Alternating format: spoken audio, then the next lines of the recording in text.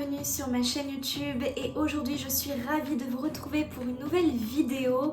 C'est bientôt Noël et je vous avais promis une vidéo sur la thématique de Noël. Vous l'aurez, ne vous inquiétez pas, je vous la filme d'ici peu. En attendant, j'avais envie de vous faire une autre vidéo très différente pour vous parler de mon parcours, disons la fin de mon parcours, là où j'en suis actuellement, le Master FLE. Un master qui est vraiment très passionnant et j'avais envie de vous partager un petit peu mes impressions et vous expliquer aussi en quoi consiste ce master et sur quel métier il peut déboucher si jamais cela vous intéresse et que vous aimeriez donc faire ce master. Pour ceux qui ne le sauraient pas, donc c'est français, langue étrangère. Donc je vais résumer vraiment de manière très brève, mais je pourrais rentrer beaucoup plus dans les détails. C'est un master donc que je réalise personnellement en France et qui vous permet d'enseigner le français non seulement en France, mais aussi à l'étranger auprès d'un public non francophone, c'est-à-dire dont le français n'est pas la langue maternelle. Parmi donc ce public visé par le FLE, vous allez trouver par exemple les populations migrantes. En France, vous avez une grande part de population migrante, donc vous allez avoir aussi beaucoup d'emplois. Et de manière générale, donc toutes les personnes, les immigrés, toutes les personnes qui apprennent le français. Alors ça peut être soit par nécessité, par obligation, ou alors simplement pour le plaisir d'apprendre une nouvelle langue qui n'est pas donc la langue maternelle. De même que nous, pour le plaisir, on pourrait se mettre à apprendre l'italien ou l'anglais ou une autre langue. Le Master FLE, donc vous avez un grand nombre d'universités en France qui le proposent. Personnellement, donc je suis sur l'université de Rouen qui est un peu voilà l'université que j'ai choisie puisque c'était ma ville natale. Et on est vraiment un très petit effectif, donc je trouve que c'est très bien encadré.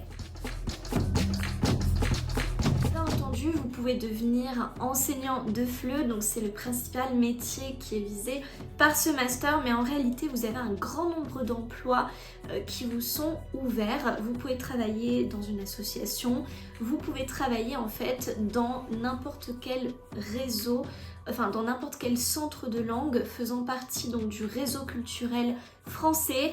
Donc centre de langue, ça veut dire une alliance française. Donc je vous avais déjà parlé un petit peu des alliances françaises dans ma vidéo sur l'importance du français dans le monde. Je vous mettrai le lien dans la barre d'infos si vous ne l'avez pas encore vu. Je vous incite à le faire. Donc les alliances françaises. Vous pouvez aussi travailler dans un institut français, dans un lycée français par exemple à l'étranger. Les lycées français, donc c'est pour pouvoir en fait apprendre le français comme si vous étiez en France, donc des établissements qui sont sous la charge du ministère de l'Éducation nationale. Donc ça aussi je vous l'avais expliqué dans ma vidéo précédente. Donc Alliance française, Institut français, lycée français. Vous avez aussi évidemment dans le domaine public, vous pouvez proposer des cours de FLE. Moi je me souviens que par exemple au collège, j'avais donc une enseignante, une professeure de français qui donnait aussi des cours de FLE pour les personnes non francophones. Donc vous avez un grand nombre de possibilités pour les débouchés.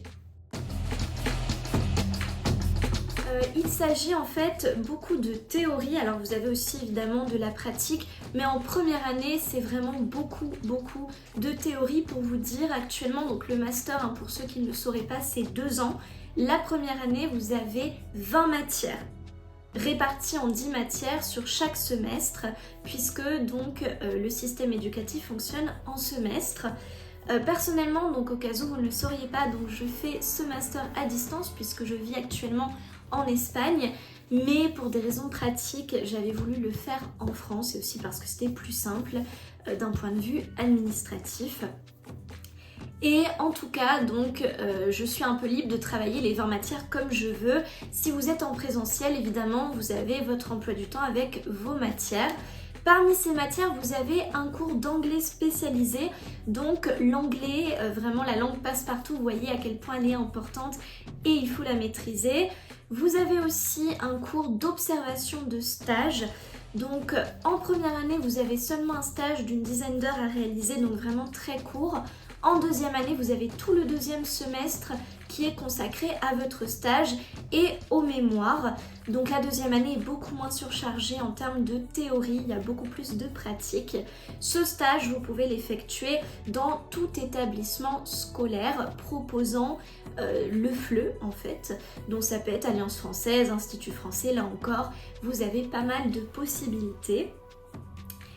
Ensuite, donc, vous avez vraiment des cours très théoriques. Vous avez un peu des cours d'histoire. Alors, bon, c'est plus des cours sur l'histoire de la culture, les notions de culture, d'interculturalité, des cours qui sont plus, on va dire, à mettre en pratique, didactique de l'écrit, didactique de l'oral, didactique de la grammaire. Donc, comment enseigner l'écrit à un public non francophone, l'oral, la grammaire, comment enseigner la phonétique. Donc, on vous donne un peu toutes les manières d'enseigner.